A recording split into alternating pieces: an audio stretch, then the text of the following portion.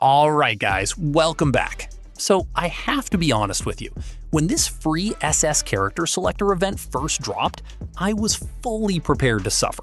I thought they were going to make us grind ranked all the way to Grandmaster, sweat through every match, and basically sacrifice our mental health just to grab a free character. But then I actually read the missions, and I genuinely started laughing. Because this event, it is so much more chill than any of us expected. Losing counts. Casual matches count. You can literally throw games and still complete the mission. We'll get into all of that in detail. And before we jump in, don't forget to subscribe, like, and turn on notifications so that you don't miss any of my One Piece Fighting Path content. Also, don't forget to join our Discord server, the GOATs. I'm doing a giveaway of 10 free summon tickets. Now, let's get into it. This is the free SS character selector event. And yes, it is exactly what it sounds like. The game is giving us a free selector that lets us pick one of 3 SS tier characters completely for free. The 3 characters in the pool are Luffy, New World, Timeskip Luffy, REYLEIGH, and Blackbeard. Now, the event is divided into 4 phases, and each phase has its own set of missions that reward you with SS selector fragment boxes. You need a total of 50 boxes to unlock the character selector.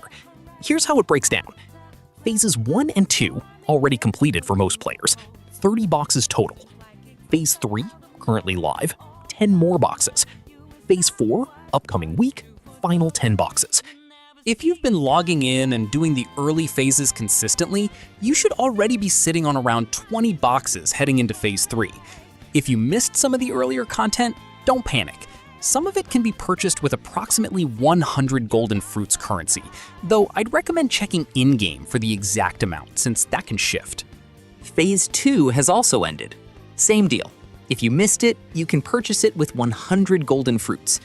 The missions involve exploring different islands, grabbing buffs, fighting enemies, and taking on a final boss. It's a relaxed mode, so nothing too demanding. Completing it gets you another 10 fragments. Okay, so Phase 3 is where a lot of people started asking questions on our Discord server, the GOATs. And by the way, don't forget to join us. The link is in the description. You'll find me there along with a great OFPFP community. The questions we kept seeing were, do we have to play ranked? Does winning matter? What mode counts? And I get it, because the in-game text is not in English. Here's the answer, straight and simple. You just have to play 9 PvP matches. That's it, 9 matches. And the good part is that losing counts. Wins, losses, it doesn't matter. The mission tracks participation, not results.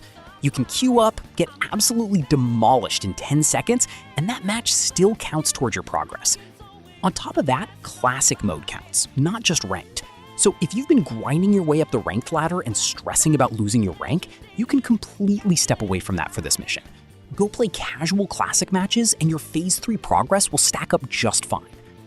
Phase 3 runs from May 14th to May 21st, so you do have a deadline. Don't sleep on it and miss the window. Now, if you want the fastest possible way to clear Phase 3, and I'm not going to judge you because we've all done it, just queue Classic and surrender as soon as the match starts.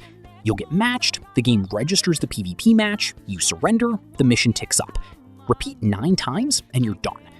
Obviously, playing the game properly is more fun, but if you're strapped for time, this method works perfectly. Phase 4 unlocks on May 21st, so basically right after Phase 3 ends. The missions for this phase require you to play Metal Mission 9 times. That's all, just 9 Metal Mission runs. One important thing I want to flag, because I've already seen people asking about this, if you've been doing Metal Missions before May 21st thinking you can bank progress, that does not work. The Phase 4 missions aren't active yet, so those runs won't count. You have to wait until the phase officially opens. I know it's tempting to try to get ahead, but just hold off until the 21st. Once Phase 4 is complete, you'll have all 50 boxes, and the character selector is yours. At that point, all that's left is the most important question of the event. Who should you pick? REYLEIGH, Kurogige, or Luffy Timeskip? This is the big one, and it really depends on your playstyle and where you are as a player. I'll be straight with you. REYLEIGH is my personal pick, and aesthetically, this character just has everything.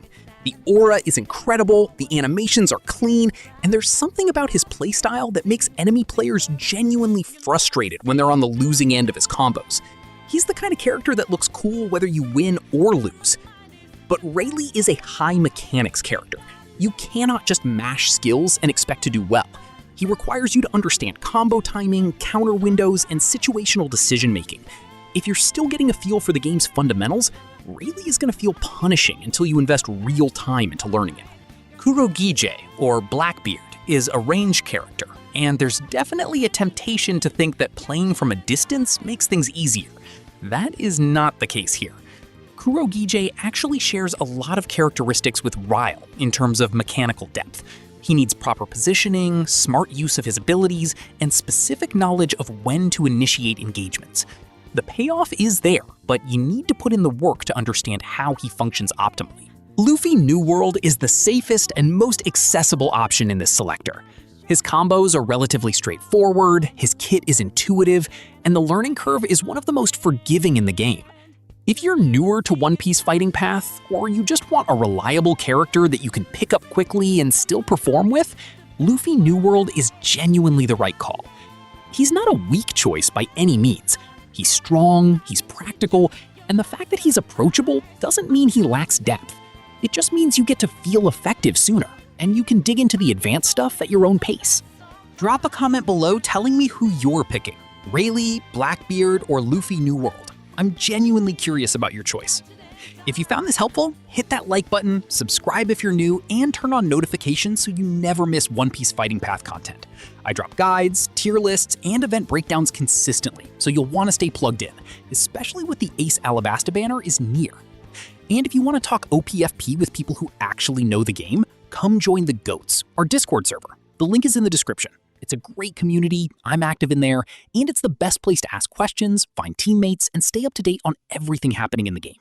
See you in the next one. Peace.